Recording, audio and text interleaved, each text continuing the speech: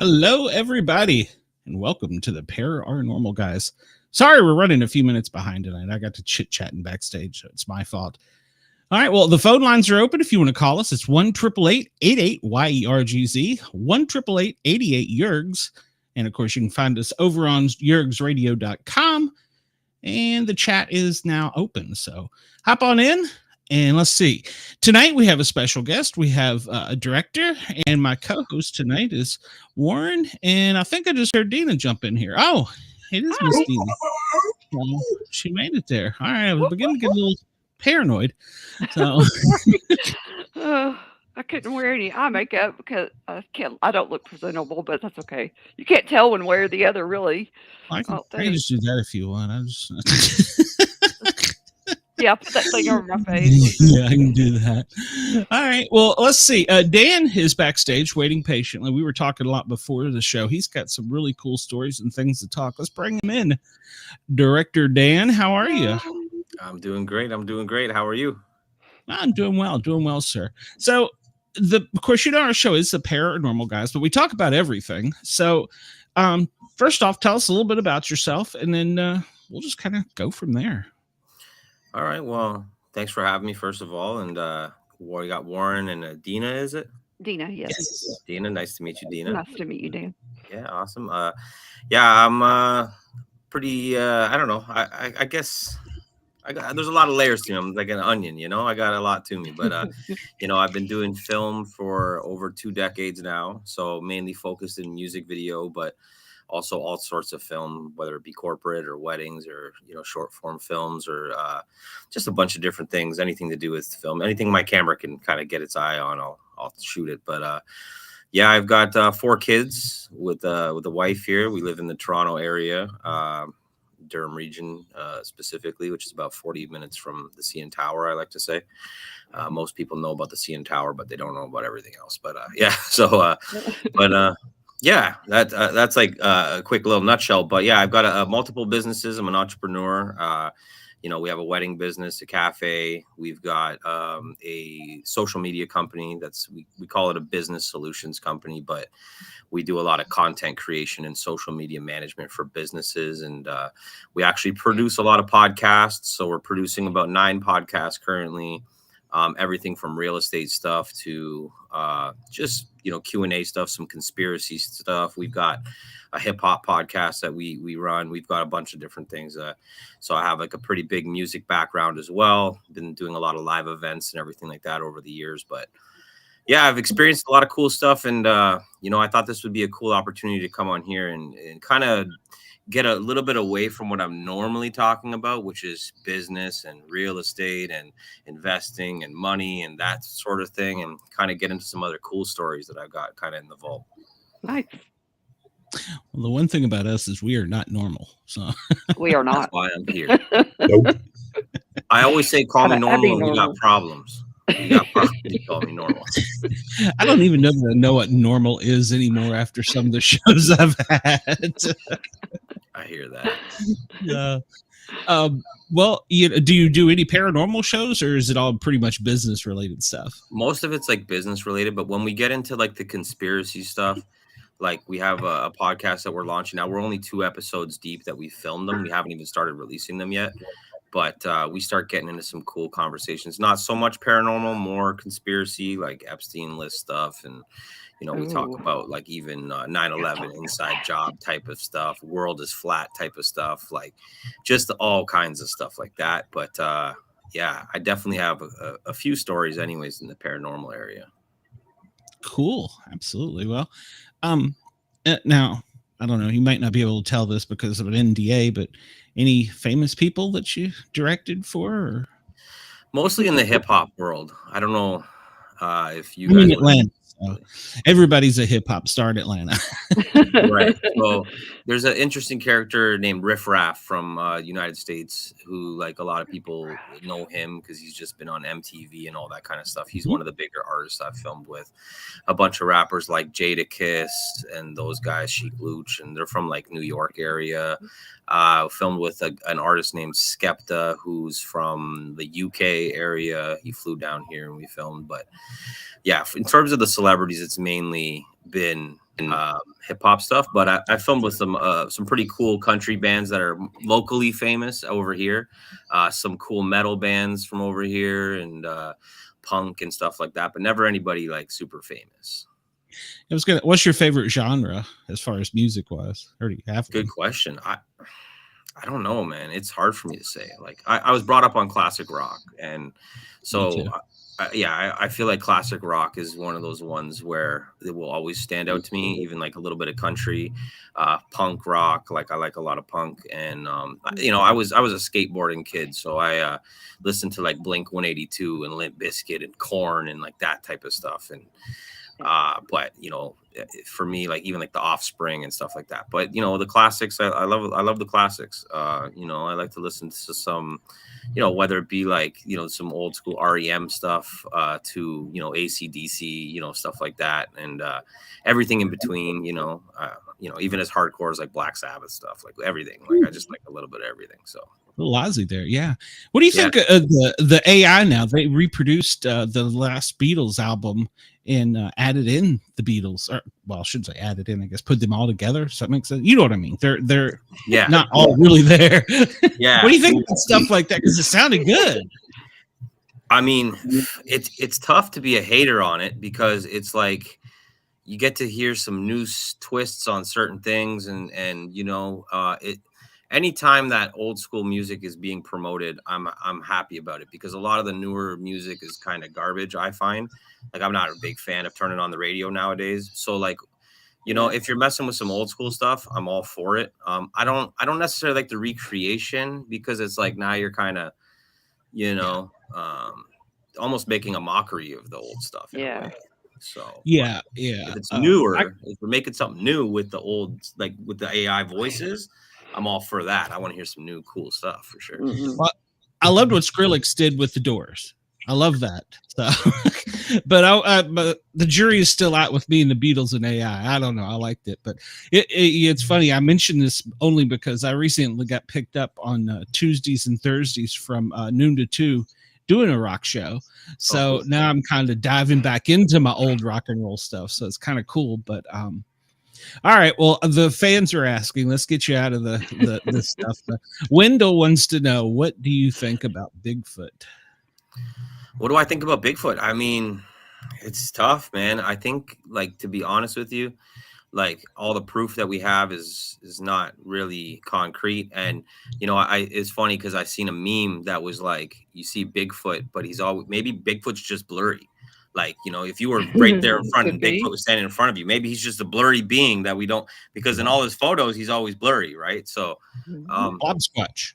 Yeah, I don't think it's too far fetched that there's a big, huge kind of human-sized apes out there. I don't think it's far fetched. I think I think they're more hiding in caves, if anything. That's my opinion on it. Agreed. All right. We've even seen some evidence here on the show that there could be, and I don't know 100% yet. I don't know that you know anything 100%, but that they're interdimensional, right? Intradimensional. So, there is portals. People do just mysteriously disappear and never turn up again. So, for sure.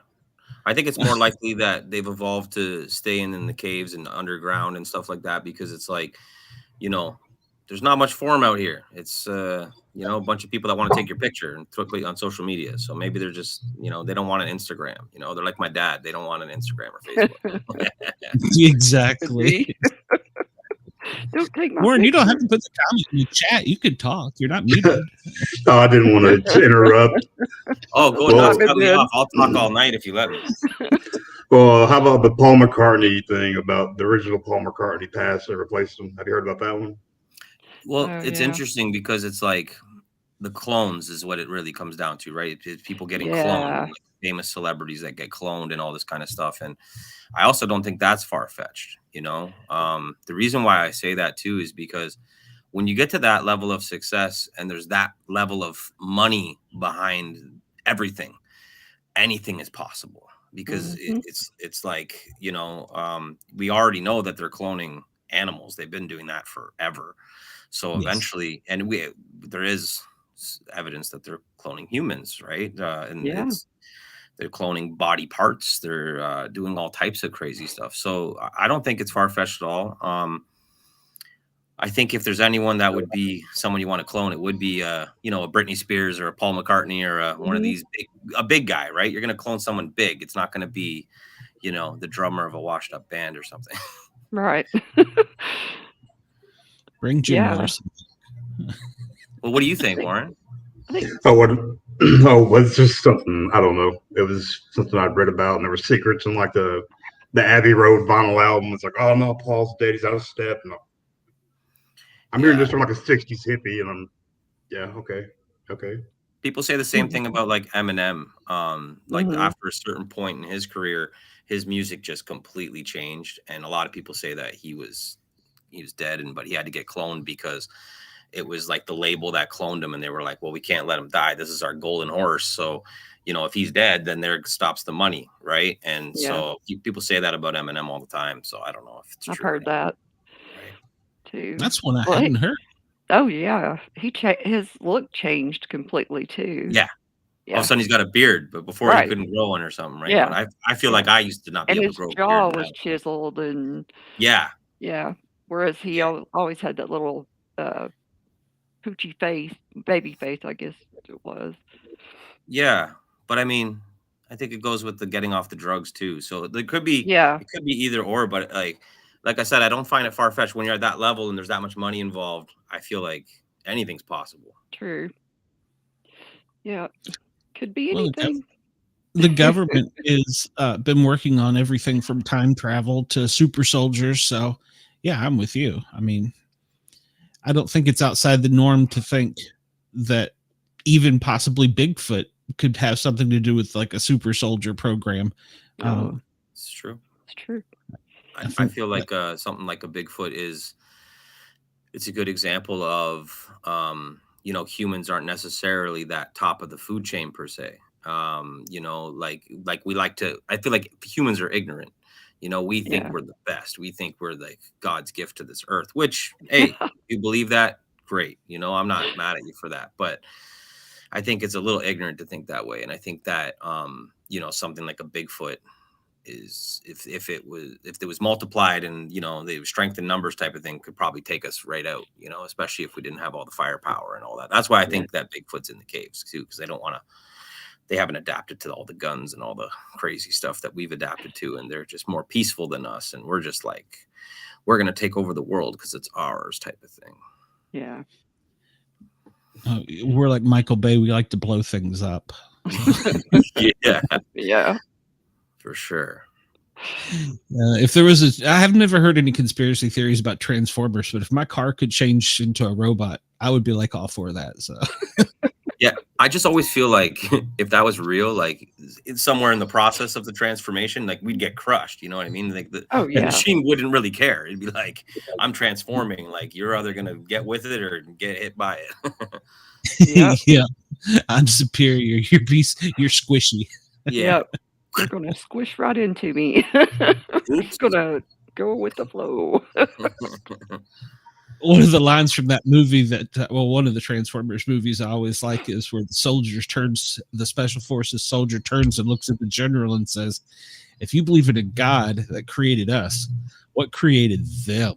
Pointing to the robots. And I'm like, makes you wonder. So not that I believe in robots, but and then Elon Musk walks around the corner and like, well, that guy right there, he could be the cause of it. That's true. That's true. Well, just a side note to the robot things, the Boston Police Department employs robot dogs for large events. And control a larger area than their officers can. And they're on AI pretty much. They can, if you see a perp, take him down. I'm like, that's kind of scary. That stuff is super scary. Did you see that whole situation with the Miami Mall there where there was I'm sure you did. Yeah. What do you think about that? Well, it's funny because it's like it happened. There was all this commotion about it. Everyone was talking about it. and then it was like it just got brushed under the rug. Like I don't hear about it anymore. It's like it's almost like They did a suppressed really good job at covering it up. But it. for some people fighting or fireworks or whatever they were talking about, to have that many police on site, it doesn't really add up, right? But then when you see some of those videos, there's talks about, okay, was it aliens? Was it big robots? Was it AI stuff? Like, what was it, right? Because there are these weird videos, and again, back to blurry videos.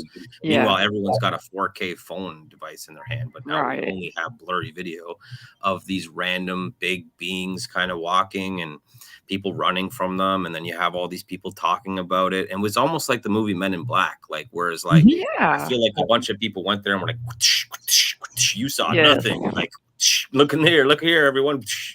Like it's wild because one moment you have all these eyewitness people talking about it, and then on the other moment you have a bunch of people trying to just debunk it that said they were there. And all this kind of stuff. That was really strange.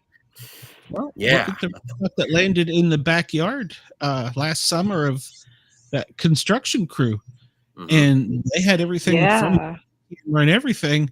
And within an hour before the helicopter from the news organizations could fly over, the entire scene was cleaned.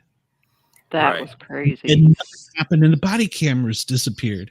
So I think that Men in Black thing is real, though. Like I think that movie is based on reality. I think a lot of it is, right? Like I think a lot of movies are there to desensitize people so that if they do come across it, they're like, oh, well, no big deal. Like I've already seen this, you know what I mean? But like, I think that Men in Black stuff is super real. Like there's people coming by paying people to shut up and NDAs and you sign this contract, and if you talk about it later, we're coming back for our money.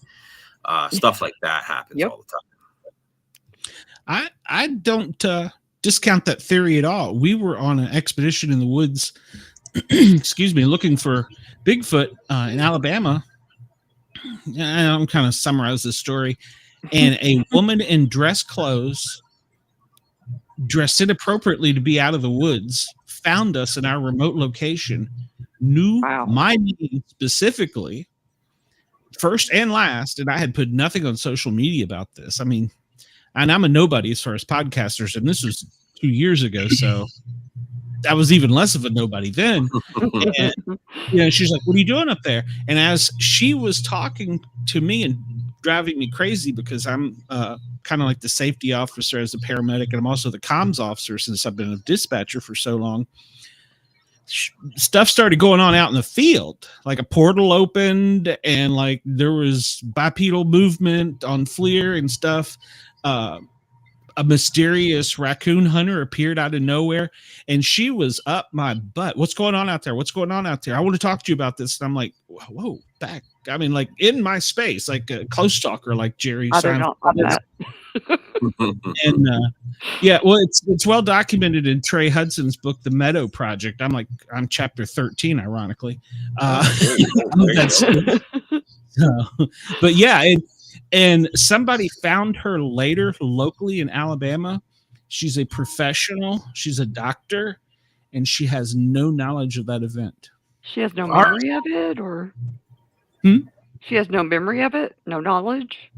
That she claims that is correct, because an investigator found her from our team. It took a little bit, and we remotely reached out, and somebody like a third party contacted her and said, I don't know anything about it. No, I don't want to talk to him, because we were like, we'd like to come interview you now that we're outside the woods. But she claims she has no recollection. It was not her. Holy moly. Well, Sasquatch is an interesting one. Bigfoot is an interesting one. Like out west of Canada, in like Vancouver, BC area, and a lot of like the native lands around, like not so downtown, but like when you start getting on those ferries and you start going to the different islands out there's a lot of forested areas where, everywhere you go when you get down there, Bigfoot is a big part of the culture. Sasquatch is a big part of the culture. They've got them on, signs. They, watch out for Sasquatch and this kind of stuff. And it's crazy. So I was riding a ferry. We were going to where were we going now? We were Nanaimo, in DC, and I was taking my parents out there, and we were going whale watching and all that kind of stuff. And on our way, we actually ran into this guy who had a full tracksuit, and it was Sasquatch hunter and all this down his arm. And my dad's out back on the ferry smoking a cigarette when you're not supposed to be. Go figure. And he runs into the Mr. Sasquatch guy, who's also smoking a dart on the back of the ferry when you're not supposed to. And all of a sudden they get to talking, and he tells my dad his story, and my dad's like, well, I'm down here with my son. My son's filming a music video over here, but while we're here, we're going whale watching and all this kind of thing. And he goes, your son films?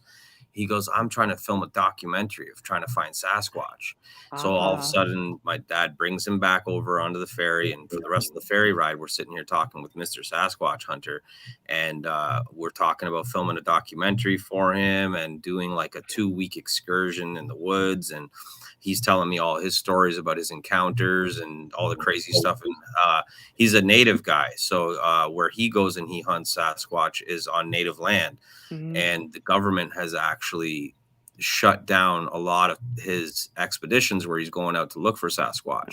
They keep interfering with him and basically kind of blocking him at every point they can. And he's kind of like, well, why? Like, I'm not harming anybody. I'm not going out in the woods and doing anything negative. I'm not like, whatever, like you're letting all these people hunt and go crazy, or like, I'm just here just having fun trying to look for Sasquatch. Mm-hmm. And so anyways, long story short was we kind of applied for a grant to get funding from the government, because when you're native and you're in Canada, they have all these grants for various different things, whether it's opening a business or film projects or whatever it might be.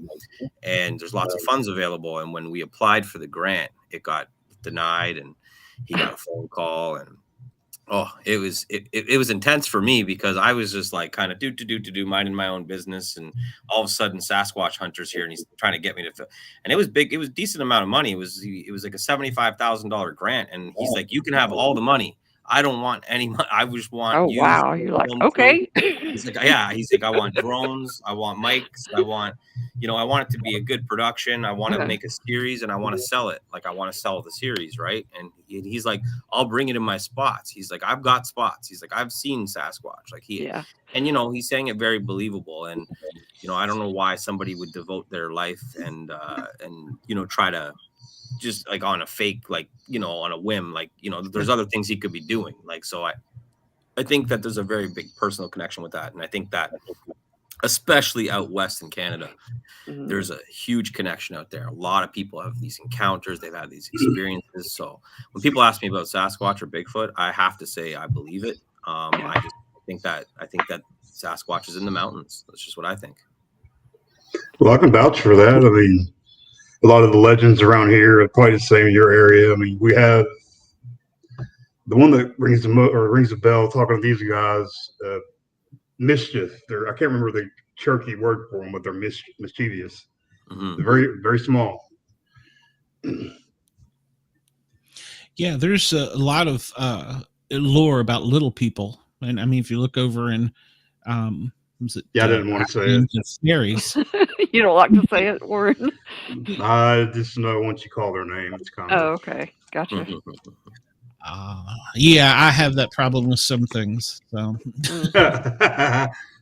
Okay. Yeah. Sportcat. What about, no, it's not the Sportcat. What if... Say it 3 times. All of a sudden he pops up beside you. Yeah. I was thinking something else.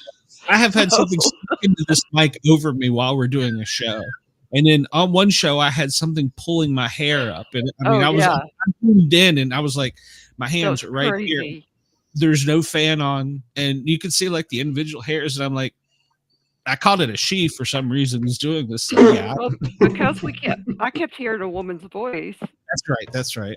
I kept hearing her speak. Yeah. Couldn't tell what she was saying. The only thing I heard her say once was, excuse me. And it was she was speaking right into the mic. She's like, don't you talk over me. It's my turn to talk. Yeah. She said, and that's the only thing I could understand her saying. Yeah, I haven't released that episode yet. I need to go ahead and do that. So, but yeah. So, crazy things have happened here. I've had orbs fly by me, which I don't understand the orb theory. I've seen them out in the woods. I've seen them at the house, but I don't understand why sometimes they're different colors. I mean, I know it's totally off topic, but sometimes they'll be red, sometimes they'll be silver, sometimes they're white. I don't know if it's your eyes perception or what, or if I have no idea. That's a good question. I don't know either. I think orbs are definitely a thing, though. That's for sure. I think it's like different spirits kind of maybe reflect some kind of different lighting or whatnot, or just kind of like how we all have different shades of skin in a sense, right? Yeah. He's also had drips of. Oh yeah, that was the creepiest. Water just come from nowhere. Yeah, like ice cold to bone, ice cold, like 31.9 degrees or whatever that would be in yours, almost zero. And you can feel it. And I photographed it. I'm sitting here, there's no water, there's no leaks. And you just get this feeling. And I have no explanation for it. Yeah, it's happened to me, and I don't really want that to ever happen again. I mean, it was. What was that? Go ahead. Oh, I was going to say you're kind of asking for it. Kind of creepy. Yeah. That to me, that because that Brenda's in the chat here. She told me that it was one of my ancestors crying for me. It's like, that makes sense.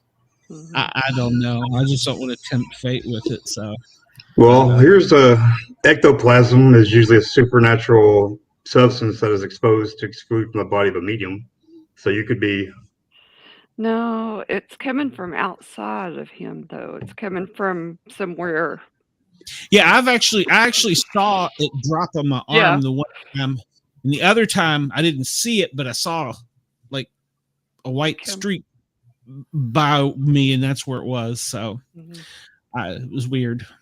Yeah, it could be various different things, but I feel like you're definitely channeling, right? Like when you're doing this kind of a thing, like it's the energy you put out is the energy you get back to you, right? So I think like I said, that's why I say you're kind of asking for it. Yeah, what do you have on your desk, though, Sportcat? I mean, you have minerals on your you have minerals on your front desk. My wife has supplied me with a healthy stash of all kinds of crystals that I use as my fidget spinners while I'm on the show now. So. There you go. Oh, those don't really some attract spirits, but amplify. Most of those are protection. A lot of those are for protection, though. That's what she says, but I don't know. Well, maybe that's why you're only getting a drip and you're not getting drowned. That could be. That could be. Yeah. Something's playing with your hair, Sportcat. Twirling it.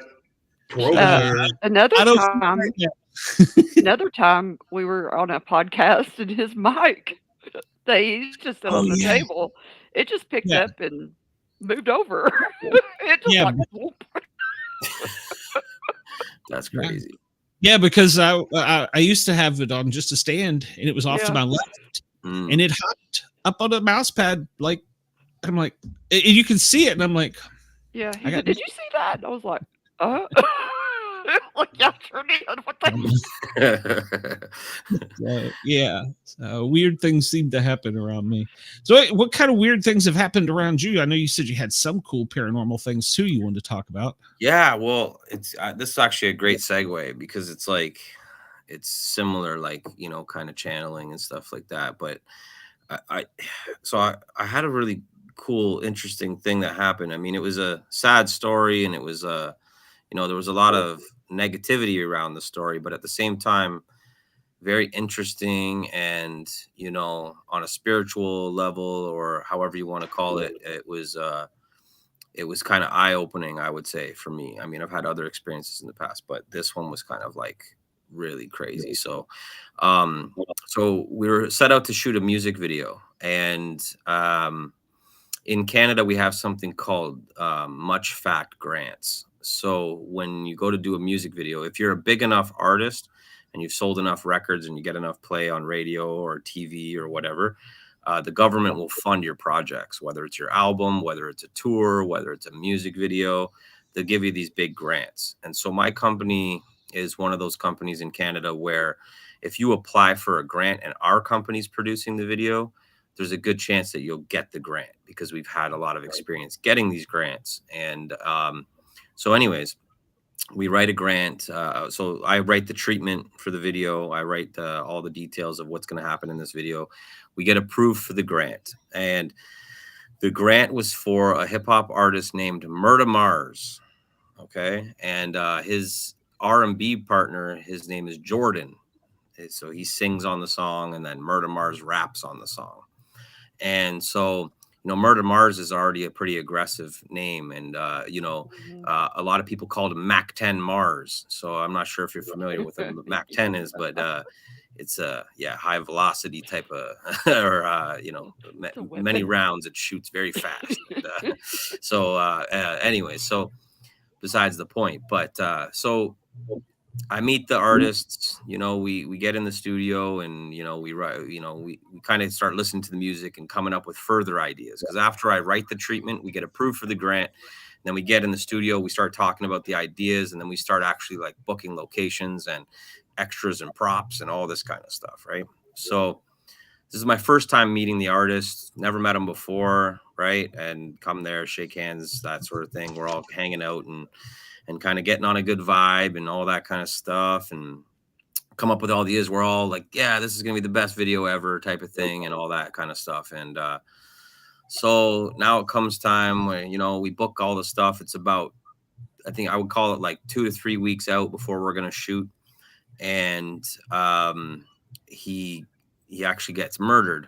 So Murda Mars ended up getting murdered, and he actually got killed with a high, like it was probably a Mac 10, I would call it, something like that. Something that was like, it was almost like karma, almost in a sense, or like not irony more than karma. I shouldn't say karma, more of an ironic thing. His name's Mac 10 Mars, and then he got killed with like one of those types of weapons. Anyways, so he's driving a really nice car. It's like this nice white, beautiful vehicle. I think it was a Bentley or something like that. It was like a really expensive vehicle, and it was just riddled with bullets, and he ended up crashing into a pole and stuff. And he was like found dead on scene. So I'm thinking, okay, this video is a wrap. We're not going to shoot this video anymore. I'm like, rest in peace. This is sad, all that kind of stuff. But I'm thinking, okay, we're not going to be shooting this video anymore. But I get a call, and it's the exact opposite. They're like, listen, we're still shooting this video. Now it's in memory of Murda Mars. And what we're going to do is we're going to use these kids, and we're going to show like kind of recreate like an old version of him. So we get I think it was his nephew or something like that ended up playing his role. So he kind of looked like him, and he always wore like bucket hats. So the kid was wearing a bucket hat in the video. So needless to say, we re-strategize in how we're going to shoot this video. So now it's shoot time. So we get on set, we're about to film, and first day comes, and we're in a place called Regent Park.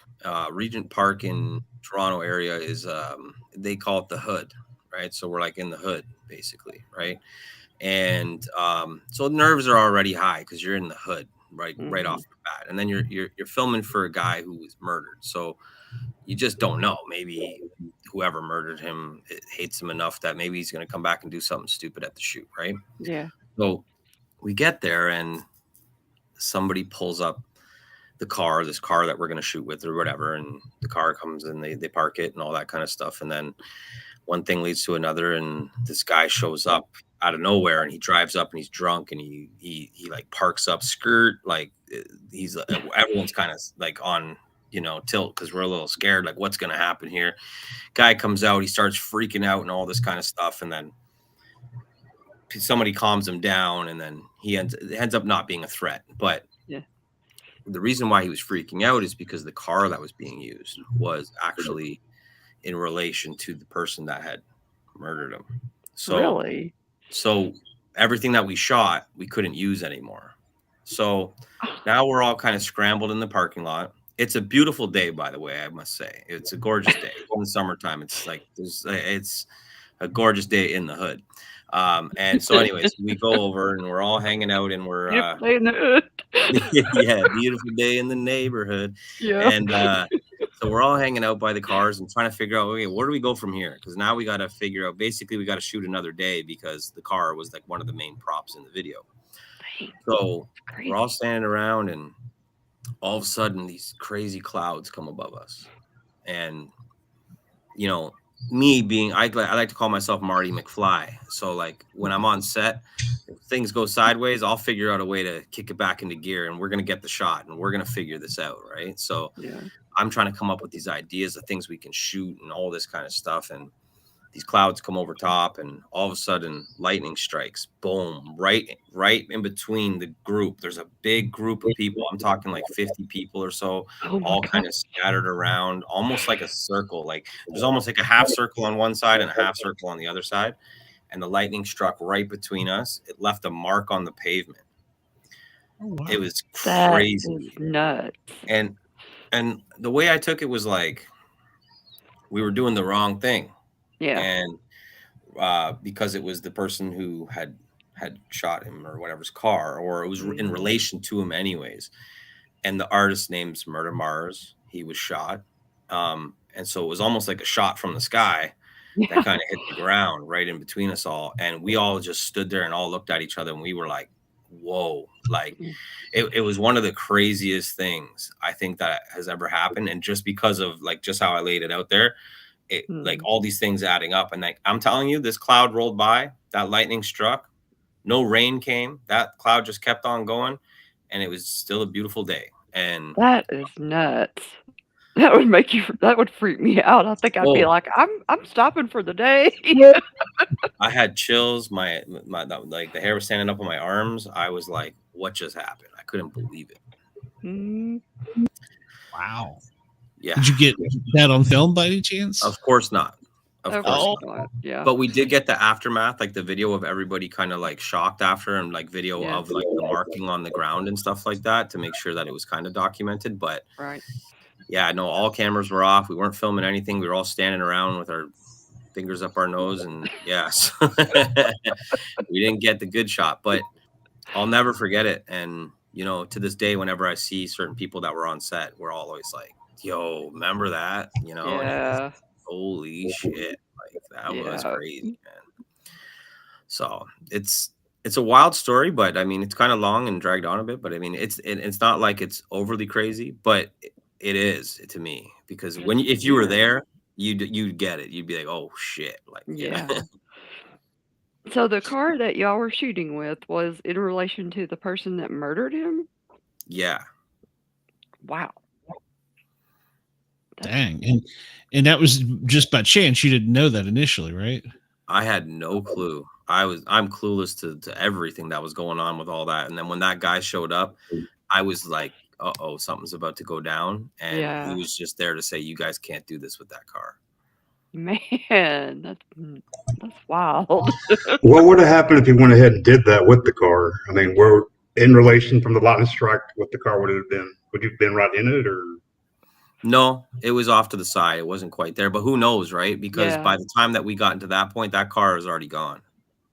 Oh. Because we found out you can't do it. Whoever owned the car was like, all right, I'm out of here, right? They drove off. And then we're all just standing around in the parking lot trying to figure out what we're going to do next. So we were standing around for a good about half hour or so. And I think like me trying to continue to push the shoot is almost like what provoked that to happen. Because it was almost like, how did that guy even show up, right? Yeah. Like, to begin with. And I'm telling you, if you were there and you seen the way this guy showed up, it was like right out of a movie. Like he just drove right up to a place, and he's driving straight into a place where you're not supposed to be driving straight into a place. And all of a sudden his car parked right there, and he comes out and he's yelling, freaking out. You could tell he's drunk. He's kind of like a little bit flailing everywhere. And you could tell he was like in close relation with the victim who had passed away. Right. So he was there to defend him. And then someone kind of shoot him off set. Like, okay, I hear you. Thanks for letting us know, but you got to get out of here. You're scaring the shit out of people. Yeah. Yeah, PA's like, go away. Yeah. You know, it's weird that you say it like that, because that's pretty much the way the woman in black showed up in the middle of the woods with us. Right.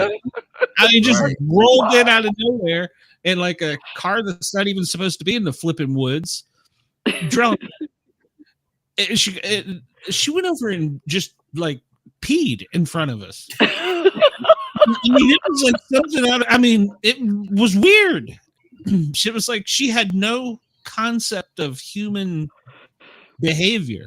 I mean, she literally did. She was drinking Bud Light. I don't know if that had anything to do with it, but she's like, "Oh, excuse me," and she just walked to the edge of the campsite and just pulled her pants down and squatted. I mean, like, and we could all see. It was like, that is wild.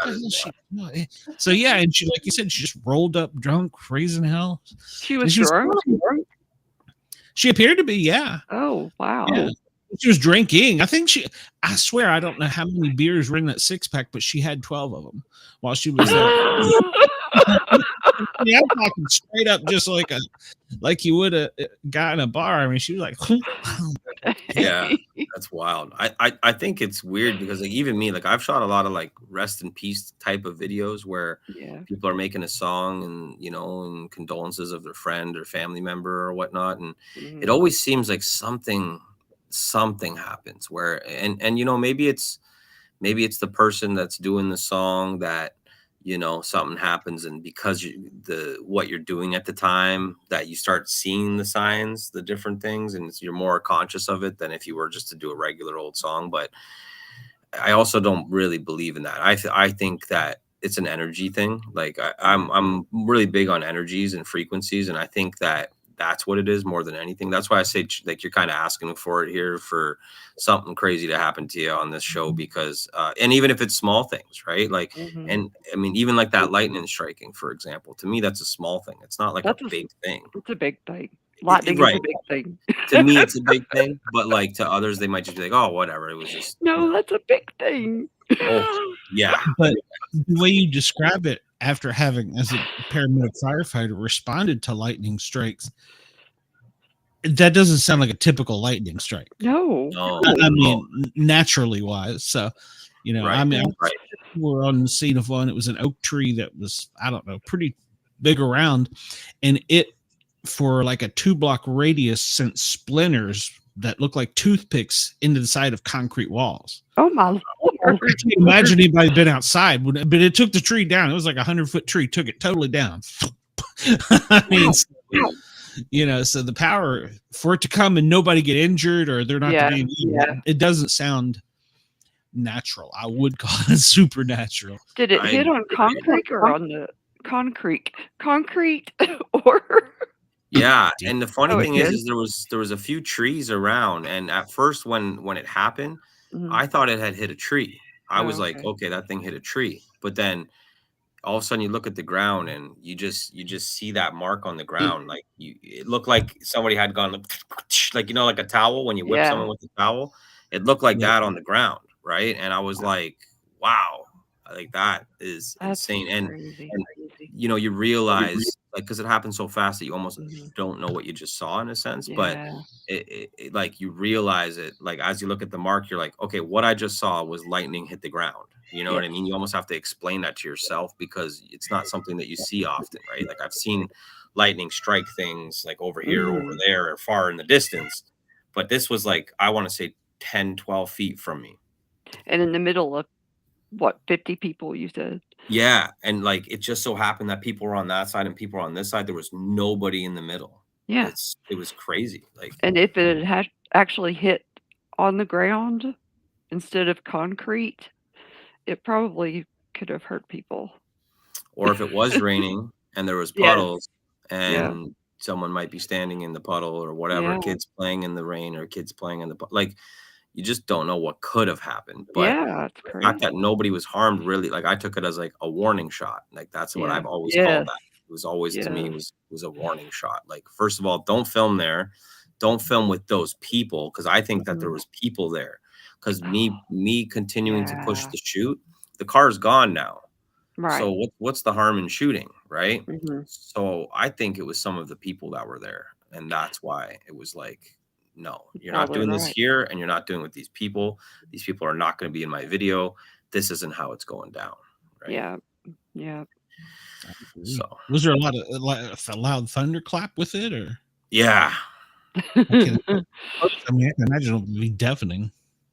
Yeah. It was honest. It was chilling for sure. I say the hair was standing up on my arms, and the fact that I'll never I still remember it like it was yesterday, right? Like that just like it's one of those moments where like I'm pretty forgetful, especially I've shot a lot of content, so it's not easy to remember every shoot. I've probably filmed over, 500 music videos or so, like over 20 years. So it's been a lot, like, and for me to remember anything like that, it has to be something that really stands out. Cause I've shot a lot of stuff and I know that there's other stories, but none that stand out quite like that. Yeah. Did you have to recall or remember any energy drains on any of like your batteries or lighting, anything that required portable power? To be honest, again, we kind of wrapped it up. And then after that happened, I think we were all just like, okay, let's get the hell out of here. We are not welcome here anymore. Yeah. One thing was kind of leading after another. Yeah. I know a lot of times when a lot of supernatural events occur, if you have any like flashlights or radios or anything, you'll hear a lot of people say that the batteries just went from 100% to nothing. Well, I'm glad that you brought that up because it did remind me of a really cool other story that was like, it's definitely paranormal. So there's a place near where I live and it's called Camp 30 and it's an old prisoner of war camp. And it's been sort of not upkept, but not demolished and not, it gets monitored so that, it doesn't get too crazy with the vandalism and stuff like that there. But I mean, over time, like it's been there for a very long time, it is abandoned and it's, windows are broken out. Some of the building windows are boarded up. There's graffiti everywhere. It's actually really cool. There's about 8 buildings that are still standing and, one of them has a pool in it. One of them it's got a pool on one side and a basketball court on the other side. And then it's got like some other cool buildings that have some boiler rooms. And it's a really cool place to film music videos. So I filmed a lot of like punk rock videos, metal music videos, even some hip hop. I've done various different videos. And so I was shooting there. I was filming it was actually a Toronto Raptors tribute video. And we get there and we've got these red cams. And I don't know if you guys know red cams, but red cams are like what they film like Transformers movie on, for example, or they're like the big dogs. It's a big, production style camera. So anyways, we rent them. That's we have tons of digital SLR regular cameras and stuff like that, but when we do the bigger productions we go and rent these cameras. So when you rent them, they come fully charged up, everything's ready to go, and you grab these packs and you go, right? And we're driving out all the way over here, and it's to get to the spot by itself is tricky because you got to walk all these paths and then you got to get into the window and then you got to get in and then you got to bring all the equipment and it's not just an easy walk in and get in there. And I remember we got in there and it was day 1 of shooting and we get all the way there and all of a sudden we go to plug everything in. We've got lights going. We've got like everything set and, we go to turn on the camera and it won't go on. It just won't turn on. And then we're like, okay, well, it must just be the battery, right? So you pull out the one battery. You've got a big bay of batteries that the studio has already charged up for you before you go. Like they've never not charged up the battery packs. And every single battery was dead. And we were all standing there looking at each other going, what the, like, first of all, we were more mad than anything. I don't think any of us really right away went to like, oh, this is like paranormal.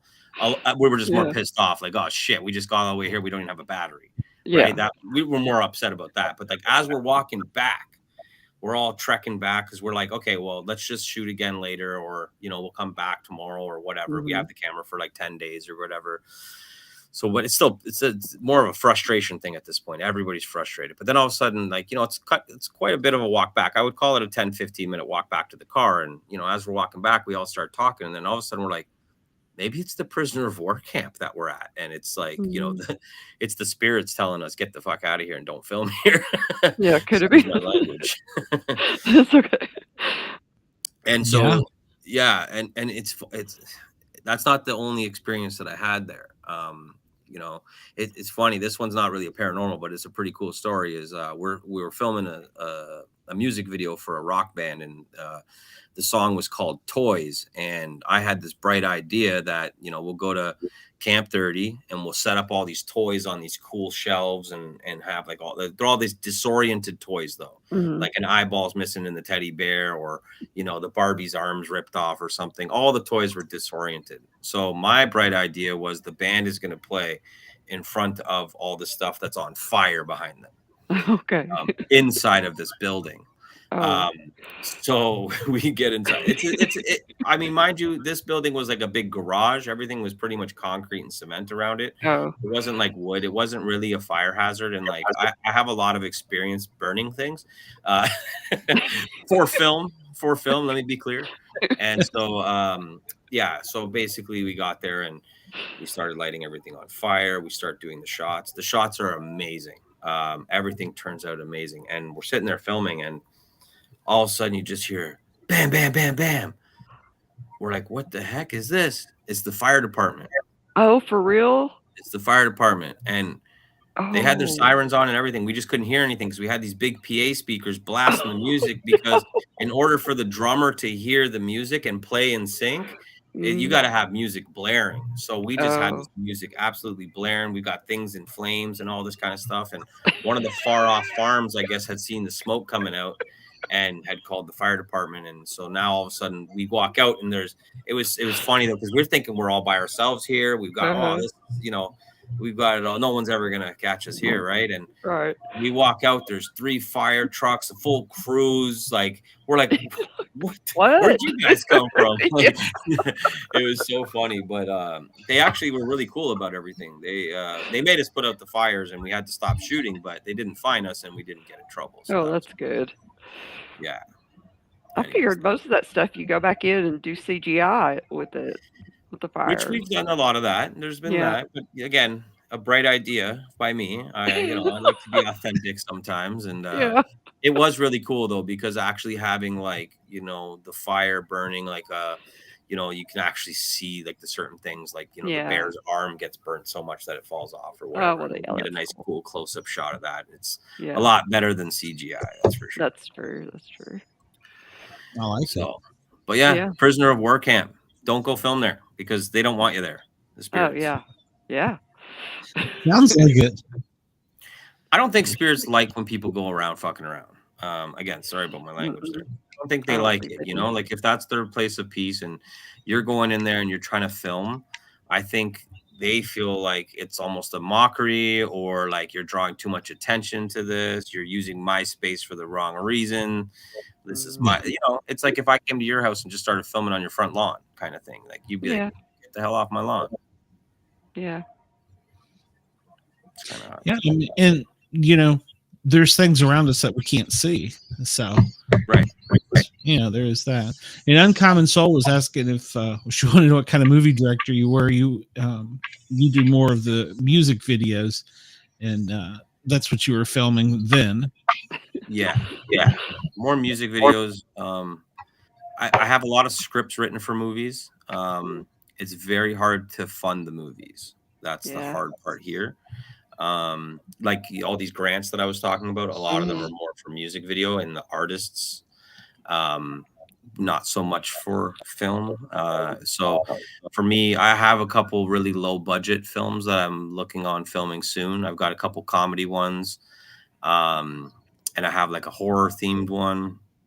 I have like a sci-fi one that actually did pretty good in there's a few places where you can basically go there and you can pitch your scripts, and you have to get past certain rounds, and I've made it to like 3rd round, and then didn't quite make it to that 4th round. And when you get to that 4th round, it's like millions of dollars of budget that goes behind it, and they buy your script off you as well. Wow. And then you get to actually be on set. So to get to the 3rd round was cool, but not making it to 4th round sucked. But because you put a lot of effort into the scripts, right? The scripts are everything.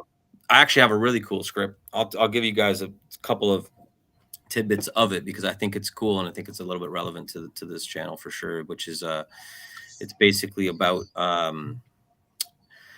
it's like your firstborn son is going to be your body, your capsule later It's a sacrifice that happens. And so your son knows it, and most of the kids are proud of it. Like they're like, I'm the firstborn, so they're the most physically in shape out of all the kids. They're the smartest, they're the ones that are trained, all these kind of things. And so they take a lot of pride in the fact that they're going to be sacrificed later, and this body is going to be for their father. And basically, the second in line, let's say your second born son, is like almost like certain families, the second born son's like, man, I wish I was born first, almost like they wish they could have died for their father, right? But then you have these other families where the oldest son doesn't want to be sacrificed, right? So he's like, dude, this sucks. Why do I got to get sacrificed? But he doesn't have a younger brother that's dying to be sacrificed, or and then there's other families that do have that dynamic where the oldest son is meant to be sacrificed, but then the guy underneath him is like, oh, this guy's a bitch, he doesn't want to do it, I'll do it, you know what I mean? But that's not the way it goes. And so anyways, there's like a vigilante type of squad that actually hunts down the ones that run away. So that's the overall concept of it. It's almost like a Black Mirror episode, if you would, but it's a cool script. That's gone pretty far. Yeah, I like it. Yeah, and I thought that up because I got 4 kids of my own, and like I don't want to die, right? So I think that's how. Yeah, family man, exactly. Come here, kid. Yeah. My older son doesn't like that movie. Yeah, I'm sure. he's like, wait, Dad. Yeah. So what are you trying to say, Bob? Yeah. I just thought it's an interesting concept, though, especially with the way that AI is going in the future here, and all that kind of stuff. I thought that, and I think that's why it did so well in the kind of like the readings and stuff like that, is because the concept is very relatable to a lot of people, especially in this day and age. Hearing about all these clones and people basically going to be getting these chips in their heads where they're basically going to turn to AI, and you can upload your consciousness into like another shell, if you will. Kids do change as they grow up. Dynamic. What if you had a daughter that was the eldest, right? And didn't have any sons? What would you do? and it's funny because it starts asking all these questions, right? Because even the way I wrote the script, it's like there's nothing in it for like the women don't have that, right? It's only the men that keep going. To keep the lineage going, right? Because if you think about it, right, like the man carries the last name and then gives the last name. Whereas if the woman stayed alive and she remarried, let's say, that last name changes, right? Yeah. So the concept is very deep. Like I'm giving you guys like the elevator pitch of it, but it goes deep. It's very cool backstories. It's a trilogy. It's not just a one-off. It's one that's got 3 movies that go along with it. And I think it'd be a great series that I think a lot of people would love and they would really relate to. I like the idea. Do you write any books too, or everything that I write becomes a book? So I have a book version of it, and especially now with ChatGPT's really helped me out a lot. I'm able to take my scripts and convert them to books very easily. I had a book editor for about a year and a half now, 2 years, and ChatGPT kind of took her position a little bit, and she still helps, but ChatGPT does most of the work now. And so when you throw like knowing how to prompt ChatGPT has become a very big skill of mine, and being able to take my scripts and converting them to books has been a big thing. So I've got about 3 movies that are also books. So I have one that's like a comedy. It's called Door Knockers, and it's about door-to-door residential salespeople. It's like it's almost like Anchorman, if you've ever seen Anchorman.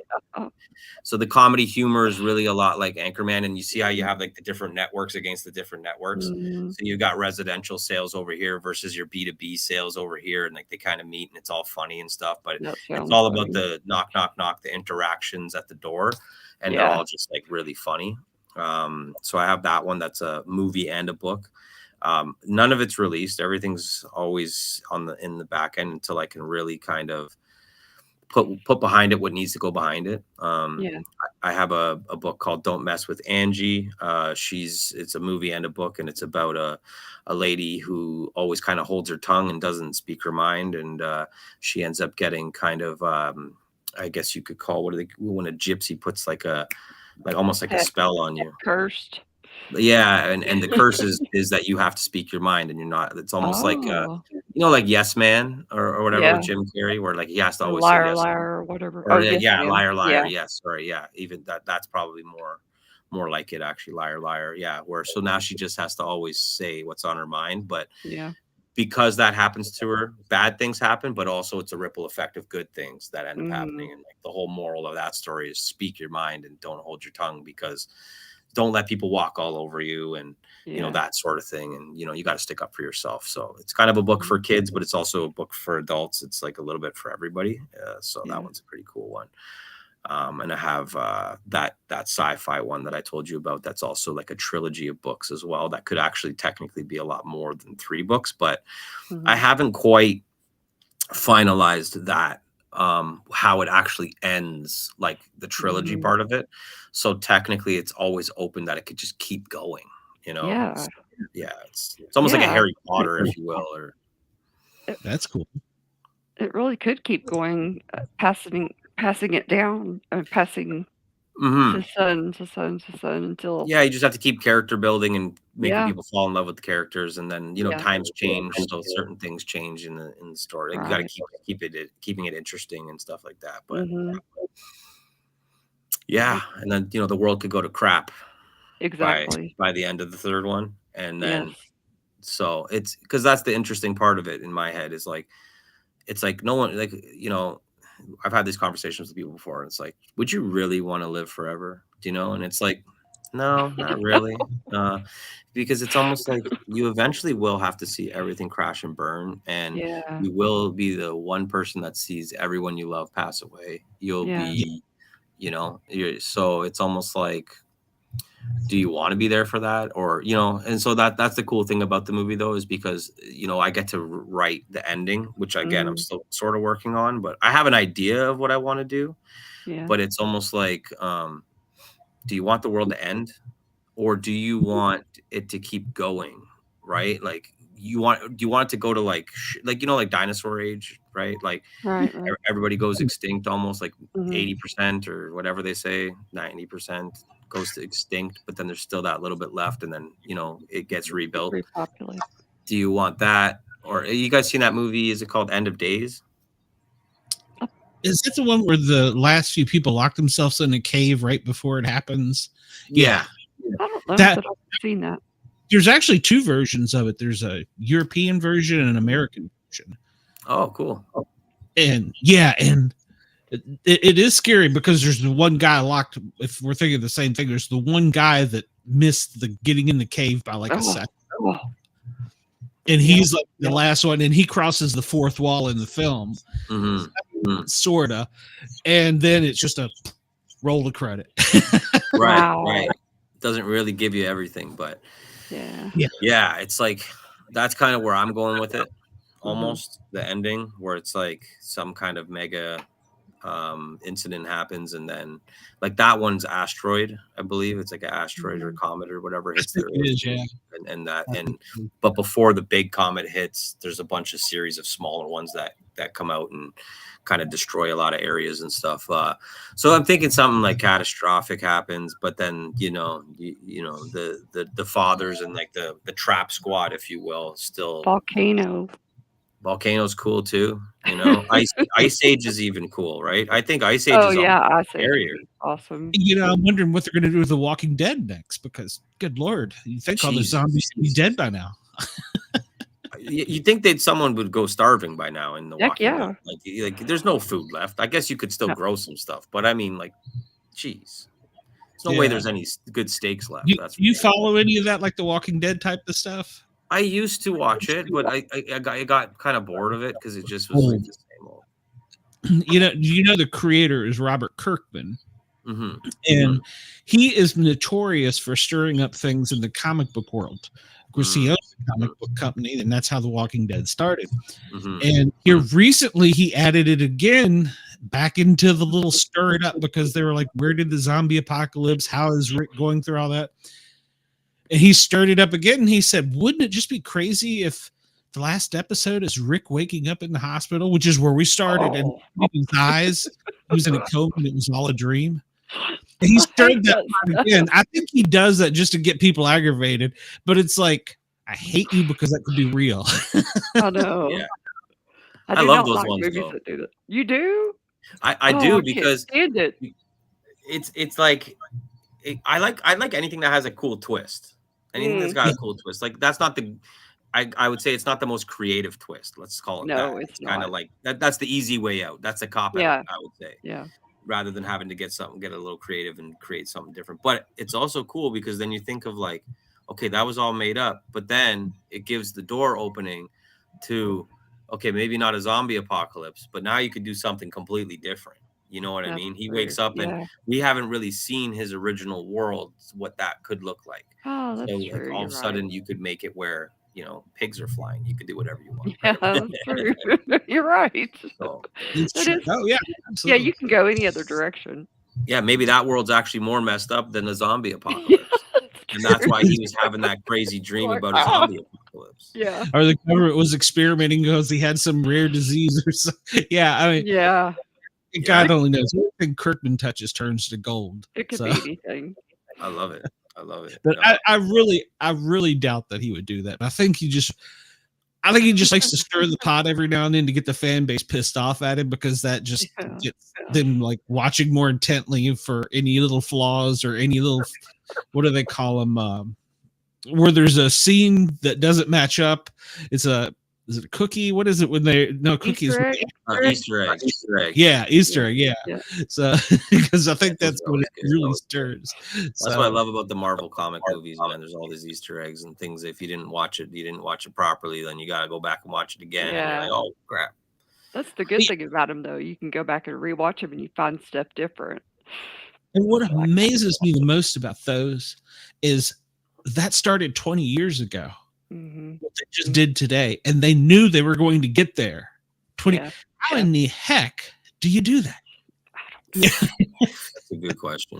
Good. I mean, I know you're a writer, and you're probably more creative than I would be, but just having, because there's so many. And now they got the Disney World. Oh yeah. Star Wars. Oh, Star Wars is wild. Yeah. Yeah. For me, I think reverse engineering, that's like the best way to put it. It's like you got to come up with the most bizarre outcome later. You got to think about that, like that 20 year down the road, you know, if that's what you're going for. If you're going for a legacy other movie series, and you know, again, when you're a big guy and you've got the studio money and all that kind of stuff, it gives you that freedom to actually think 20 years like down the road, because you know this thing's going to ride type of thing. So you can write that. Like if you're Spielberg, you can do whatever you want. You know what I'm saying? Yeah. So it's like, whereas if you're smaller time and you're coming up, you're like trilogy. You're like, that's because that's more realistic. Right. So that's why I think this movie here, compared to my other movies, it's got a lot more depth to it and could go further, because I just said screw it, because when I saw the millions of dollars of budget, I actually wrote that specifically for that line of basically entering, and it was they were specifically looking for sci-fi. They were specific, like there were certain things that they were looking for, so I kind of catered to that a little bit, so I wrote it for that. But I left it with, like, first of all, I left it where it could be a really good trilogy, but I also left it where this could be a TV series, rather, like, so if you don't want it for a movie motion production, this could be a 12 episode series that has 4 seasons, 5 seasons, right? Because you could write a lot of episodes with this. And what I'm giving them, I gave it where this is basically the concept, and here's how we can develop the overall story and the backstories and all the love relationships and all the family relationships in it, and then the action part of it, the sci-fi part of it. Here we could go this way with it, we could go that way with it. It's funny because when I first wrote it, I had like 3 alternate kind of ways it could go, and I wanted to submit it like that, but I couldn't, so I had to like pick out of the 3. So I was like, I had like different people read it, and I was like, what do you guys think? And everybody voted on the same one. So I was like, okay, cool. That's the one, right? And it was definitely where things go sideways with the world and that kind of vibe. So you got to the third level? The third round. I got Third to the round. third round reading, and I was top 3 in the third round, Oh, but they that's only so picked good. 2 people in that third round, and I was top 3. So I was number 3. So because I didn't make it to the final round. And final round, you automatically get paid because they buy your script. Yeah. But you don't necessarily, that doesn't mean that your movie's going to get produced, but they buy your script off you. So I'm sorry. Can you resubmit it or? Yeah. Yeah. Oh, that's good. I didn't sign anything that was like it's exclusive to them or anything like that. I wouldn't have done that because it just wouldn't have made sense at that point. If they were going to buy it, again, that's why when you make it to that next round, you're selling it. You're selling, technically you're selling the rights to it, but you're still attached to it. Oh, that's good. Yeah, that doesn't mean that you get to be the director, though. That doesn't mean that you get to be really anything, but you do still have say. You still get to go there because usually the director will then start picking your brain. And they'll get you to help rewrite it and stuff like that. And like, they might even, I think there's like a round of questioning when you get past that next level. You actually go they fly. I don't know if they fly you down and pay for it, but I don't know if it got because I never got there. So I don't really know the specifics, but I from my understanding is they pay you, they buy the script off you, but then they also fly you down. They pay for your accommodations. You go there and then you meet with them. And then from there, it's like, you're almost like in a battle with this other person in a sense, right? And like you really have to sell it then, and you're probably really selling yourself as the asset to the script and to the team of people that are going to produce this movie. Right. So I think I would have stood a good chance. I think I would have done pretty well if I would have made it there. I'm actually really curious to see who they actually picked because you don't ever know. Yeah. Are there places that you can, or studios you can go to try to sell your script? Yeah. Have you thought about that or? Thought about it, but after that happened, I actually got more excited about just doing it myself. Yeah. Okay. Gotcha. Yeah. That would probably be best. It'd be expensive to do it. It would be, but it's you'd have out of my range. Control. Then I get creative control over it. I get to direct a movie that's like that big of a scale, but I got to find the investors for it. I got to there's a lot of things that have to come together for that one. But my goal with film has never really been about making a whole bunch of money and all this kind of stuff. It's about being creative. I feel like I think that's just like a passion of mine, is just being creative. So if I can just put out a book of it, cool. Yeah. That's good enough for me. And then if the book goes out and gets enough attention, then I can kind of shop it with the book, right? Rather than trying to shop it with the script. But at least now I can actually make some kind of money and see what kind of interest this book has. And again, with the book, it can be trilogy, it can be an 8 series. Like if it does well, it could be a number 1 seller. You never know. And again, then maybe it attracts some attention, and maybe some people want to, jump on board, and you could get more investors if people fall in love with the book and it's a big seller. It draws, it's easier to go and now pitch that, right? Whereas like a script is just a script. I'm like a nobody, so I'm not like this guy that's got a bunch of movies under his belt or something like that. If Scorsese's pitching a script, the studio picks it up. Right, exactly. It's not hard for him. People are knocking on his door and saying, "Hey, can you write another movie, please?" You know what I mean? No one's knocking on my door, so I gotta basically just create my own path, if you will. So. Yeah, I definitely do the books as a trilogy. I think those go over well. I heard a rumor in the Hollywood realm that Samuel Jackson never turns down a movie or a script that's given to him. So, hey, get it in front of him, and that guy's got lots of... That's not true. I read that the other day. I don't know. I've heard that, but... No, it's not true. Yeah, not true. I think shopping it around would be fun, but when you got 4 kids and you got 4 businesses and you got... it's tough to put your energy in that area because there's politics involved. There's you got to go down and shop it. You can't just email it to, you can email it to people, but now it's sitting on a desk and sitting in a queue. You got to know someone that knows somebody, get it in the right hands, that sort of thing. Or again, I could just keep looking, and there's agencies too. You can get an agent that shops it around for you. There's brokers, and there's a lot of things that I could be doing with that, but for me, that side of things is definitely more of a passion. It's like a creative outlet for me to kind of just make a cool story, you know, like, and that's why I love music videos, because, you know, artists come to me with their song and I get to interpret it my way, right? Write my own script, if you will, but they're short films in a sense. Each music video is almost a short film.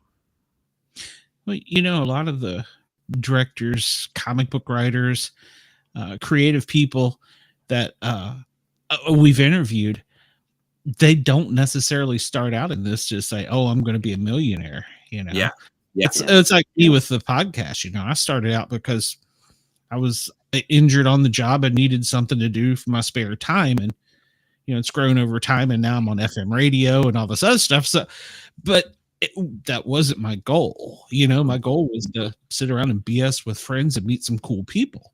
So, mission accomplished. Have a little fun. It's getting there. It's getting there. It's funny because once the ball starts rolling, and you were absolutely right. There's a lot of sweat equity and heart and soul that goes into these things. And once it starts rolling, if you just get one little nick in it, it hurts your feelings because you're like, "Oh, I was so close." You know, if you just it could bring it down a little bit emotionally.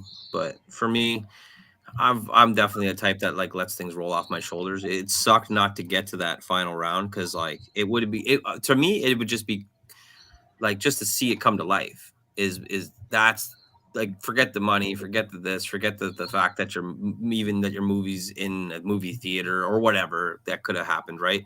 It's on Netflix or whatever, right? But like just to see the vision come to life it's like because when you write these things, they become like your little baby, like you know, like it's like your own little thing, but it's kind of like they're just kind of tucked away. So I can't wait till I have them all in book form, hardcover, you know, online that people can download them and people can do this. And I don't care if I sell 1 million copies or if it doesn't sell 1 million copies, but I'm going to put my best effort into making sure that when I do roll it out, it's at least the right effort is behind each project and it's not just kind of like half-assed done. Like a lot of things can be done, like for example, like a podcast as an example, like I'm all for that. Like I've done the same thing myself with podcasts and stuff like that, and certain things you don't want to overthink it, you know, so you got to just give it. And I always call like jump in the pool, right? Don't be a person that put your toe in there and trying to feel if it's cold or not. Just dive into that pool, right? And get it going. And so I feel like that I do that with a lot of projects already, but these ones, they need that special attention, that special care behind it, and make sure that it gets done the right way. And I think a lot of artists are like that too. And a lot of artists actually end up just shelving a lot of stuff that never sees the light of day because of that same mind frame. I agree. I think the hardest lesson for me to learn so far is when you have the people say negative stuff about you, and it's there. I think I haven't learned to let it hit me and go roll off because I've never been that type of person to want to hurt somebody's feelings or do something stupid, you know? So that's been the hardest lesson for me, but I would love to see something like that come to fruition for you. Well, for me, you know, make it to an FM station, be syndicated, but you know, the same for you, your movie. Oh, have you ever thought about I know you talked about science fiction, but anything kind of like paranormal, like Bigfoot or ghost or well, like I say that one with the Sasquatch guy, right? The Sasquatch hunter. That would have been awesome to be able to do like a cool, like full out documentary, go to like the place. Because like I said, when you go out west, it's all part of that culture. It's not just like here, there's no signs, there's no like this, that, or that about Sasquatch where I'm at. I'm in like the suburbs, I'm near Toronto, there's no mountains near me, there's no like crazy woods like that. When you go out there, it's part of the culture. Like it's legit, like it's part of the tourism, it's part of the residential culture. If you're local, it's all part of it. And to be able to like document that and show it in my way, I feel like that's something that I'm really interested in. I'm still in connection with the Sasquatch hunter, and I think that one day I'll be able to pull the trigger on something like that. But other than that, I've never written anything that is paranormal based, like nothing that's like like I've written horror, but more like serial killer or true life crime type of style rather than paranormal. But I think you're onto something. Maybe I should be writing something that's paranormal. Well, you sound creative enough to me. So, I mean, and if you could get the Bigfoot guy to come on the show, bring it. You and him both. He would love to, for sure. And you and him both. I think, I'd love for sure.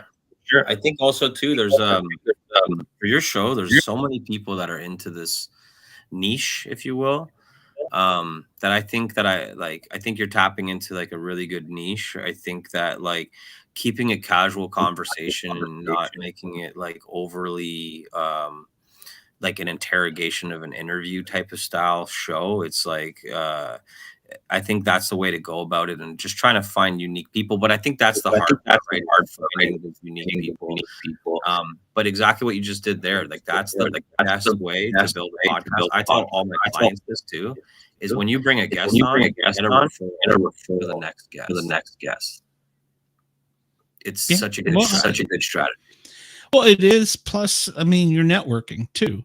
Because, you know, I'm going to send you to Brenda, who's just starting her show, because the conspiracy theory stuff, we talk about it some here, but not as much.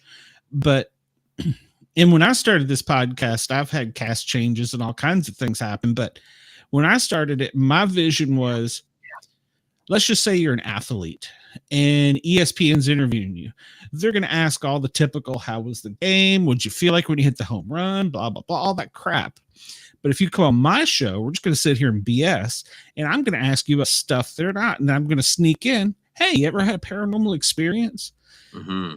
I don't want to be that one-hit wonder as he's all Bigfoot guy or psychics. Jesus Christ, I'm beginning to hate psychics. And so there's a story behind that. And so, you know, it's I don't want to be that guy. I want to have everybody, but I don't want to be nailed down. It's like I'm about to go on a run, and I don't know how I got into it, of people who are writing comic books creatively. Now, I'm a comic book nerd, don't get me wrong, but people are now coming to me, and so it's like, that's kind of cool.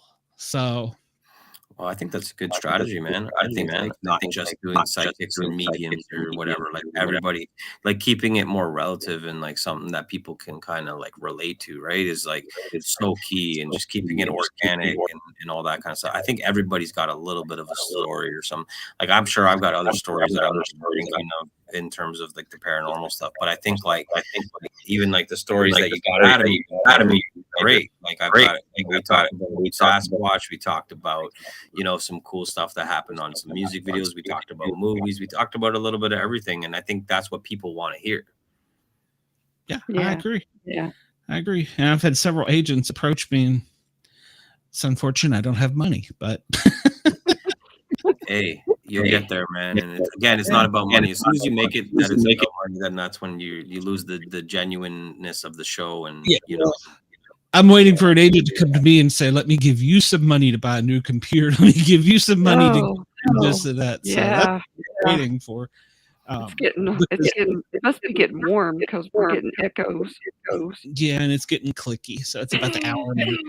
I have a new CPU on order. I melted this one.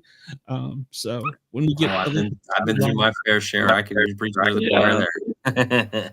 It'll be here. Friday. But I do appreciate you having me on, and it's very cool to like meet you, Warren, and Dina, and all that. And thank you. I'm sure you guys have. So what's that? I said Warren talked your arm off. So yeah, you know, Warren's a man of many words. You can't get a word in between me and you, Glenn. No, it's perfect though. It's like I was listening to when I wait. Like, you know, back to what you were talking about earlier. Like your book reminded me of like Equilibrium with Christian Vail. Have you seen that? Yeah. I was just talking about that today. And where else was I going? Bigfoot, Surrounding Mountains. All right, so what if they're like an earlier version of us? Like cataclysm comes, great flood. What do we usually do in ELE events? We go into caves. Like maybe that's just a bodysuit, and they're like, ooh, I like this. Warren, you can't steal Warren. So. You're so deep. Hey, listen, Warren, I'm gonna add you on Instagram. Okay, we're gonna talk. Yeah. I'm heavily medicated right now, so my mind's like.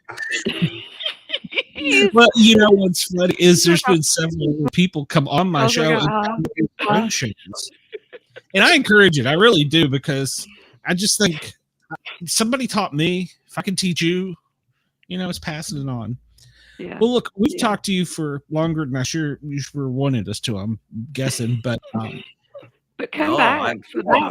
I'm actually having a great time, man. I like to network with people, connect with people, and people from different walks of life and stuff like that. So I'm an open book. I would love to come back on and chat with you guys another time too, and all that kind of stuff. And I'll have to talk with Sasquatch Hunter and get him involved. I think you and him would have some really cool conversations, because I know that's a big interest of yours.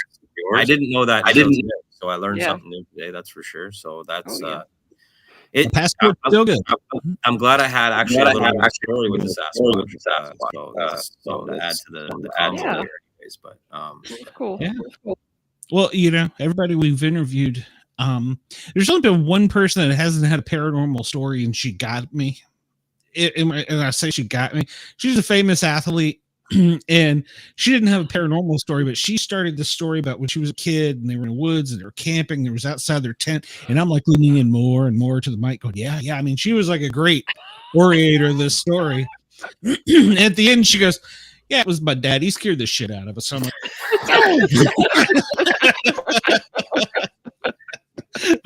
but she, that was, she didn't have a story, but she had a story, and I'm like, okay, you got me. But it was great still.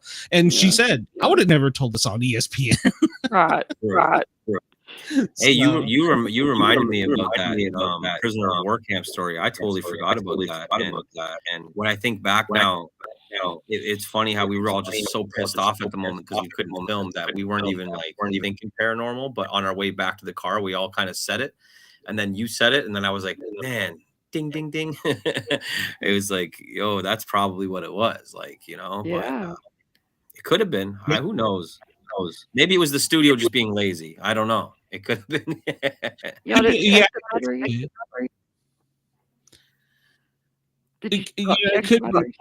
Dina, did you check the batteries before you went out? No. Well, you got to fire your PA. So no. We picked up the camera equipment, and then we went right to set, and it was our first day with the equipment. And they told us it was charged, and they always give it to us charged, and we just get this pack, and it's got I think 3 or 4 batteries that are just in the pack, and then there's one that's already in the camera. And they did turn on the camera at the studio, so I didn't look at how much battery life was on it, but these people always give us the batteries fully charged. It's a top of the line service. Then they were charged. They had to have been charged. That's crazy. Uncommon soul. Yeah, she's my favorite fan. She's a good one. It's good to have people active and watching, and I appreciate anyone that is watching this, and anyone that is watching this, you guys make sure that you guys are subscribed here to the channel and all that kind of stuff. And because hey, I think that you guys are pulling out tons of good stories, and I think that there's going to be so many more that are going to be told on here, and I'm now a fan of the show, so that's cool. Oh, thank you. Remember to like, follow, thumbs up, share, all that good stuff. Yeah. All right, man. We're gonna let you get back to your wife and kids, and you're in the same time zone as us, aren't you? Eastern. 10:30 p.m. Yeah. Same. Yeah. Okay. All right. Well, let's keep in touch, and we'll try and get the Bigfoot guy. And anytime you want to come back on, heck, if you want to just drop in every now and then and be a co-host, I'm okay with that too. So hey, I'm down. I'm down to come shoot the shit with you guys for sure. You guys seem like some cool people. Yeah, anytime. And I'm telling you, next time I'll come with another story, because I've got stories. I only had the one that, because I didn't really know the format of the show, so I didn't really know that it was very conversational, which I love. I'm a big fan of conversational, and I've got stories. I could sit here and talk your ear off all night, so I'll come back another night and talk your ear off. We will let you. All right, kitty cat. From the kitty cat. I'm gonna put you. She fell. She fell. Yeah. Not gonna peanut on me again. I've already had peanut. BobbyDizzle.com. BobbyDizzle.com. BobbyDizzle.com, yeah. He's one of the guys that comes in every now and then and helps me do the co-host. Nice. And so whenever I say, if I get hate mail, send it to BobbyDizzle.com. There you go. And if anyone's watching this and wants to get in touch with me, a good way to get in touch, I'd like to be on Instagram when it comes to the communications contact. You can get me on Facebook, but Instagram's a good place. Director Dan Barker on Instagram. That's where I post some content from some of my clients. I post some of my stuff, some behind the scenes stuff. And I've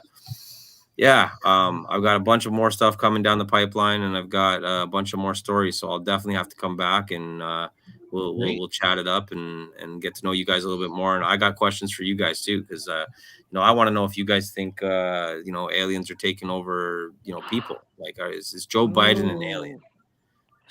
We're gonna have to save that for next time. Yeah, we'll save that for next time. Now I'm already being worked on being canceled. So yeah.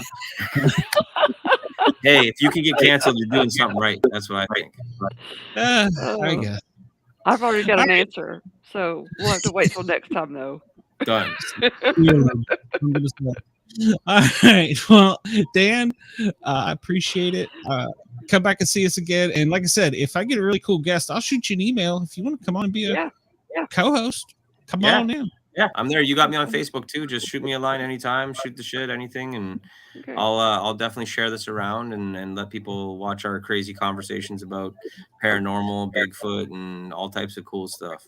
Awesome. Okay. Now we'll send your info to Brenda, and she'll probably be reaching out because. All right. She calls her show Outside the Box. I think she just changes it. Outside the Box now, Dina. It's outside the box, but she's just. I call her crazy. Now. I just call her crazy, but I love her to death, so it's not personal. I like a level of crazy. That's for sure. She is nice, so it's hard to get a word in. Yeah, it is. It is outside the box. I think it's something else. Now. She just changed it, but she's only like on her third or fourth show. So something to box. Yeah. Some crazy woman contacts you and goes, "Hey, I'm outside the box or whatever." It's from me. So all right. I appreciate you guys. Enjoy the rest of your evening, and thanks for having me on. Thank you, Dan. All right, Dan. Thanks a lot. We'll talk to you soon. I'm looking forward to it. Bye. All right, night. Later. Yeah, I had to order a new CPU because I actually my son was complaining at me. Yeah. And it's not the temperature anymore. I'm at 106% use right now. Oh, Lordy. So, and well, it is temperature too because, well, it's having to work 3 times as hard. So, yeah. But, well, I got a message during the show from Jen.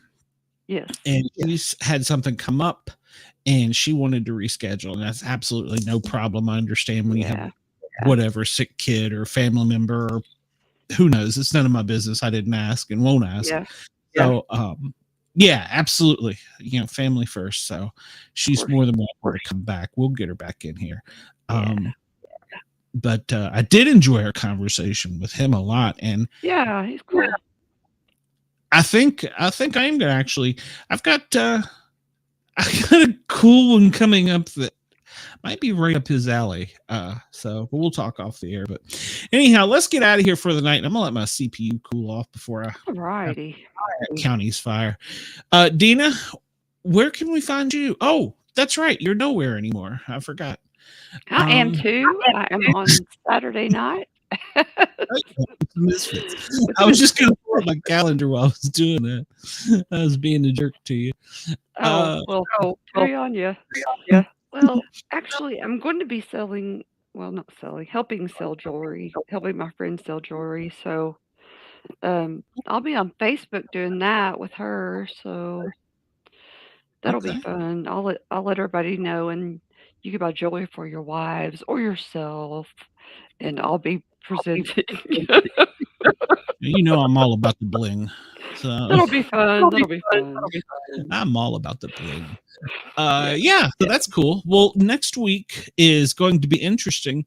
We have the owner, creative, director, producer of Tidal Wave Comics.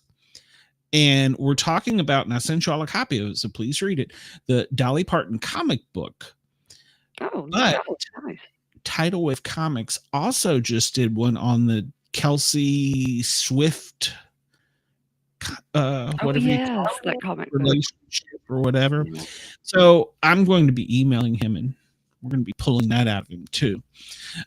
So we'll have that on next week. And following after that, I have a separate comic book artist. So next week is just Comic Book Con for me. So I'll be a nerd.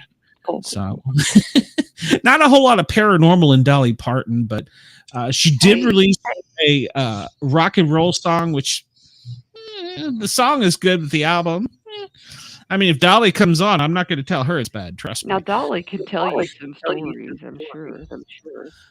Actually, Dolly can. Yes, I've heard some things. So, and there's actually haunted parts of Dollywood. So Yes. you probably know about that being up there. So Not all of it, but we also have Friday night, we have the Grin and Guardian show. I have a gentleman coming on who is a former police officer outside of Washington, D.C., was one of the first on scene at the Pentagon on 9/11. And he went on to be an FBI hostage negotiator in several high-profile cases. So he's going to be on the Grin and Guardian show, which is Friday night at 9 p.m. right here. And then Saturday, Dina's kind of sent us a little pseudo script, so we're going to roll with that and see what happens. She's trying to make criminals, so I am not. It will be fun. Trust me. Just roll with it. You might have something you'll show me there. You got something? Yeah, actually, I made a shirt for Wendell if he's still in chat. I mean, it's kind of it's explicit. I mean. Him and Bobby went to Facebook. Well, yeah, you can show it. Yeah, just as long as we don't say anything. Yeah, so. Let's see. Well, oh, that's cute. Hey, it's a ninja minion. Balls. Does it?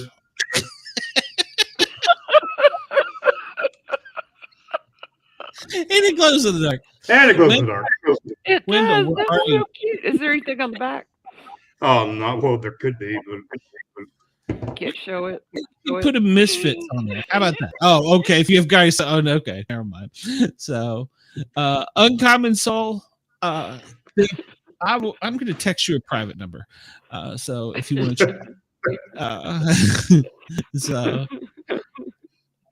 Yeah, so that, and tomorrow you can hear me noon until 2 Eastern Daylight Time. I am rocking and rolling on the the Thin Line Rock Radio Station.com.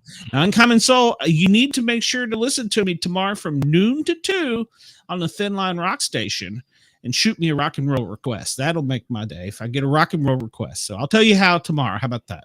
So, but yes, I will send you a private text. So, maybe Uncommon Soul would like to join us on the Misfits. There's an idea. Uncommon Soul. We will. I know. We will chat about that. I will send her the link. I would like for her to come on the Misfits. So, yeah. That would make my day. I've had a couple down days here recently, so that would actually make my day. Yeah. So, but we can chat about that later. I think that's all we got going on, isn't it? It is.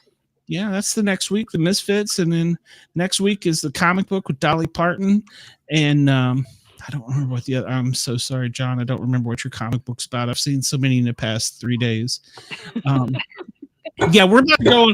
I know you guys love the paranormal, but there's so much to the paranormal. We're going on a little tear here recently of some comic book stuff that's all paranormal, but it's comic book stuff. So just go with my inner nerd. It'll be okay.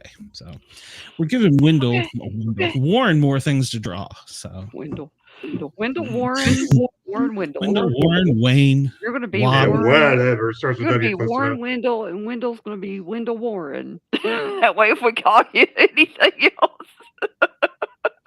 Yeah. So, I need a nickname. We're also, yeah, you do. We're also considering a Patreon account. And I'm not doing this for the money, but I'm thinking to put out maybe 4 special shows a month. I think $1 a month would be fair starting out. So I'm thinking about that. We'll see what happens. I don't know. Just a thought. If you want to give $1 a month to the show, that would help the Patreon. It would help me buy a new GPU or CPU or whatever the hell they're called. That And pay for our airtime as well. Yeah. And there's a couple other things I want. I want a phone. I want our own phone number. Not that I don't like Jurgs's, but I would like to have 1-800 the cat or something. I don't know, because he's got me with his Jurgs. Got me want my own nerd one. So yeah. But that's being a nerd. 1-800 the nerd. That's probably taken. But by the way, I do want to send out a special shout out to Jurgs Radio and jurgsradio.com because they do a lot for us. So I'm not taking anything away from them. But, right. Anytime you get something cool in your own name, it's kind of cool. That's why Ross does it. It's cool to have his name out there. It would be for me too. 1-800 Sportcat. So, all right. That's probably is that enough numbers. All right, we got to get. Yeah, 1-8. 1-8 something. Do a 900. To my OnlyFans account. Yes. We went up for our hour mark too, but it's all good. It's all right. Ladies and gentlemen, we will see you soon. Warren, thank you for hopping in here. You got to learn to jump in. Yeah. Oh well, it's I don't know. It disrupts the flow. Yeah.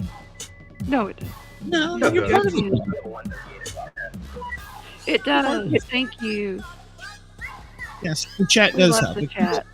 And we know people engage. So plus it helps. Yeah. It makes me feel better. I feel like I'm doing something that people like. So. Yeah. Well, they're tuning in to keep coming back. Wendell, we got a free shirt. Yeah, Wendell. He left because we stepped on a big bit. All right, guys and gals, we will see you soon. We love you, appreciate it. Thumbs up, all that other good stuff. Hit the subscribe and whatever other buttons. Share, like. Yeah, share, like, follow, send cash, whatever. We love you guys. We'll talk to you soon. Bye. Bye.